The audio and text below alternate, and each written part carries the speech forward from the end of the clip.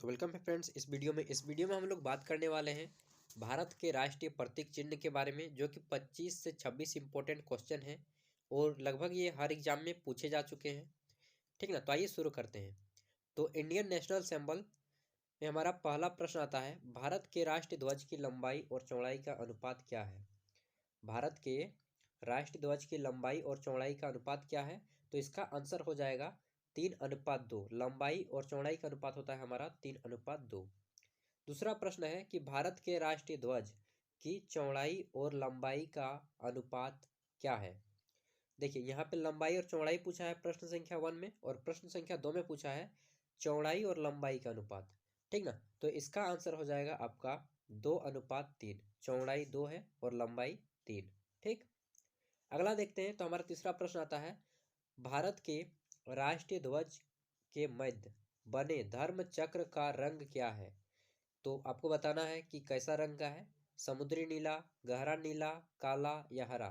तो हमारे जो चक्र बना है धर्म चक्र, वह गहरा नीला कलर का होता है। ठीक ना, पूरा ब्लू। अगला देखते हैं। तो हमारा चौथा प्रश्न है, भारत के राष्ट्रीय ध्वज के चक्र में कितनी तीलियां हैं। भारत का जो राष्ट्रीय ध्वज है वो चक्र है, उस चक्र में तीलियों की संख्या कितनी है। तो टोटल 24 यानी कि 24 तीलियों की संख्या है।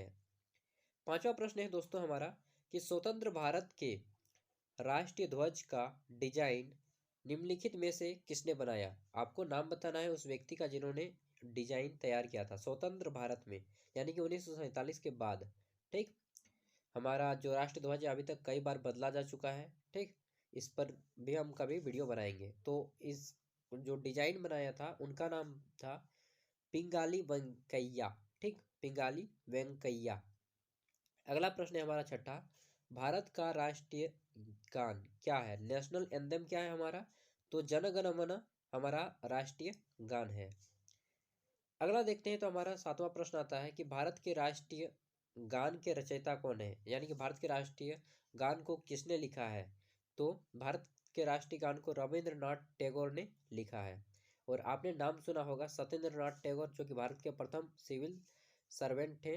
वो रविंद्रनाथ टैगोर के बड़े भाई थे। रविंद्रनाथ टैगोर छोटे भाई थे और सत्येंद्रनाथ टैगोर जो है बड़े भाई थे।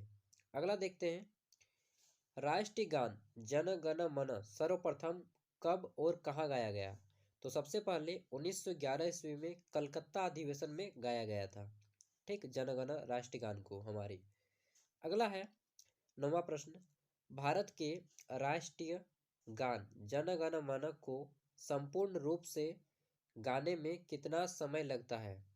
तो भारत का जो राष्ट्रीय गान है जन गण मन, इसको गाने में हमें कितना समय लगता है, 52 सेकेंड लगता है। नेक्स्ट क्वेश्चन है हमारा 10 नंबर, भारत का राष्ट्रीय गीत क्या है। तो भारत का राष्ट्रीय गीत क्या है हमारा, वंदे मातरम। ऑप्शन हो जाएगा सी, वंदे मातरम भारत का राष्ट्रीय गीत। अगला है, भारत के राष्ट्रीय गीत के रचयिता कौन है, यानी कि भारत के राष्ट्रीय गीत को किसने लिखा है। तो कहीं कहीं बंकिम चंद्र चटर्जी और कहीं पे बंकिम चंद्र चट्टोपाध्याय, जो भी लिखा हो मार देना है। ठीक ना, बंकिम चंद्र चटर्जी। अगला है, ये देखिए 2016 में एनटीपीसी में पूछा गया प्रश्न है, रेलवे में। अगला, भारत के राष्ट्रीय गीत के गावन की अवधि क्या है। देखिए, राष्ट्रीय गान का तो 52 सेकेंड है, लेकिन राष्ट्रीय गीत को जो गाने की अवधि है वह है हमारा 65 सेकेंड, 65 मिनट, सॉरी 65 सेकेंड। ठीक ना, 65 सेकेंड में पूरे पूरे राष्ट्रीय गीत को गाया जाता है। अगला है हमारा, भारत का राष्ट्रीय गीत वंदे मातरम सर्वप्रथम कब गाया गया। तो भारत का जो हमारा राष्ट्रीय गीत है वंदे मातरम, इसे सबसे पहले 1896 ईस्वी में गाया गया था। 1896 ईस्वी में।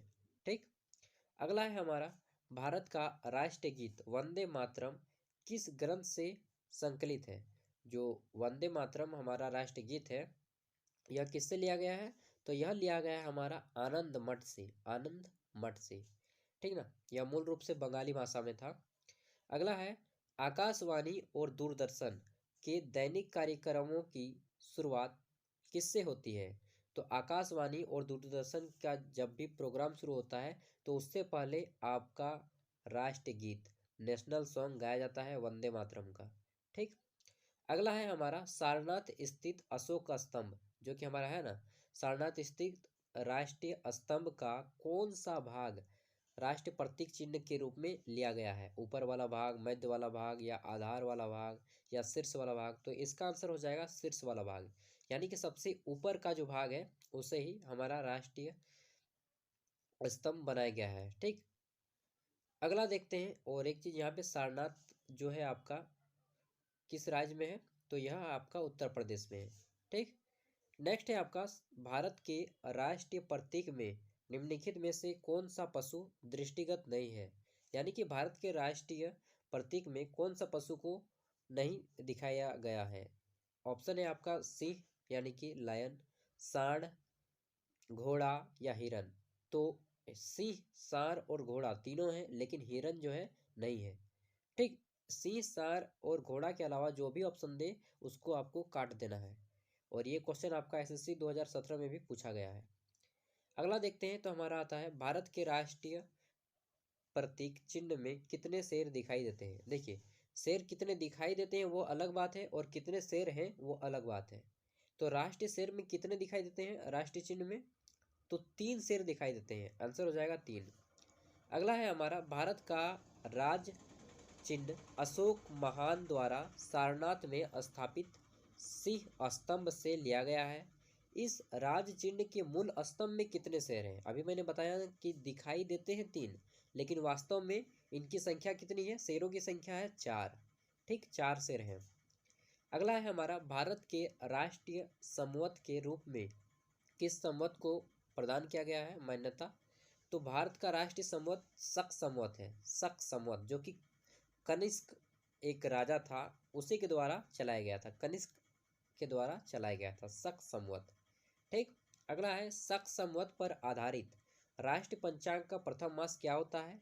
तो हमारा जो पहला महीना होता है वह होता है चैत्र महीना। चैत्र महीना, जिसे इंग्लिश में आप लोग क्या बोलते हैं? अप्रैल। अगला है, शक संवत पर आधारित राष्ट्रीय पंचांग का अंतिम मास क्या होता है? तो अंतिम जो हमारा महीना होता है वह होता है फाल्गुन। ठीक, फागुन, जिसे हम बोलते हैं ना कि फगवा का समय आ गया, यानी कि होली आ गया, साल कट जाएगा। ठीक ना, तो यही होता है, अंतिम समय में साल कट जाता है, फागुन। अगला है, भारत का राष्ट्रीय पशु। तो भारत का राष्ट्रीय पशु क्या है? आप सभी को मालूम है, भारत का राष्ट्रीय पशु बाघ है, टाइगर। लेकिन यहाँ पे क्वेश्चन ये आ रहा है 24 नंबर, कि बाघ से पहले भारत का राष्ट्रीय पशु क्या था? बाघ से पूर्व भारत का राष्ट्रीय पशु क्या था? तो वह था आपका सिंह, लायन। और अभी क्या है? टाइगर है, बंगाल टाइगर। ठीक, और बंगाल टाइगर कहाँ पे पाया जाता है? तो आपने नाम सुना होगा सुंदरवन डेल्टा, बस उन जगहों में अधिकतर पाए जाते हैं जहाँ पे मैंग्रोव वन होता है। ठीक, अगला है, भारत का राष्ट्रीय पक्षी। भारत का राष्ट्रीय पक्षी नेशनल बर्ड क्या है? तो मयूर। मयूर हम लोग का जो है भारत का राष्ट्रीय पक्षी है। और अंतिम प्रश्न, भारत का राष्ट्रीय आदर्श वाक्य क्या है? तो भारत का जो आदर्श वाक्य है वह है हमारा सत्यमेव जयते, यानी हमेशा सत्य की जीत होती है, सत्यमेव जयते।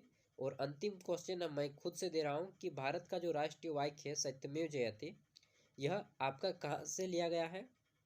तो यह लिया गया है आपका मुंडकोपनिषद से। ठीक, तो ये टोटल हमारे 26 क्वेश्चन हो गए हैं।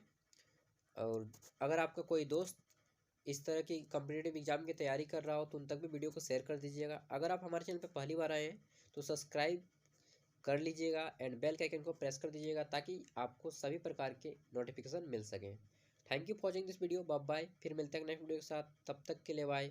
पढ़िए, अपने हक के लिए लड़िए, खुद भी आगे बढ़िए और देश को भी आगे बढ़ाइए। नौकरी कीजिए, व्यापार कीजिए, कुछ भी कीजिए, लेकिन कीजिए, बेरोजगार मत बैठिए घर में। ठीक।